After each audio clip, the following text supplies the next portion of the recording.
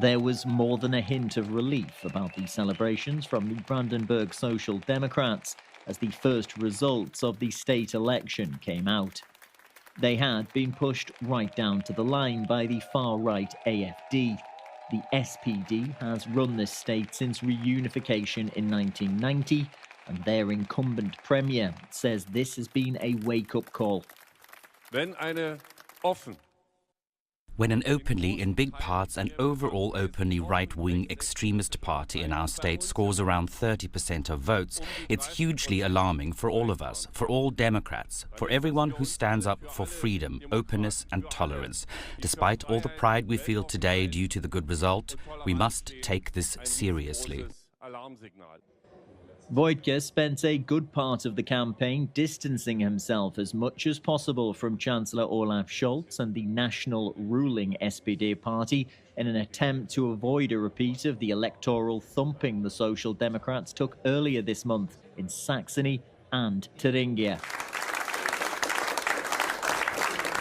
AFD did very well in both those states and are extremely pleased with their performance in Brandenburg. The far-right party ran on a strong anti-migrant platform, including calls to close borders and carry out deportations. Their leadership says it's challenging the status quo and has dealt the conservative CDU a crippling blow. The cartel of parties that have governed here for decades have been exposed as such. We have also seen the public castration of the CDU. The results in Brandenburg saw both the national junior coalition partners of the SPD, the Greens and the Free Democrats, fail to get enough votes to enter parliament in Brandenburg.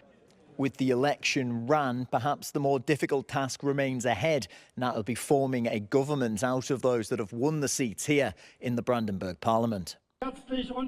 All parties have rejected the idea of working with the AFD. That means the new far-left Sarah Wagenknecht Alliance Party, BSW, could have a role as kingmaker in the government.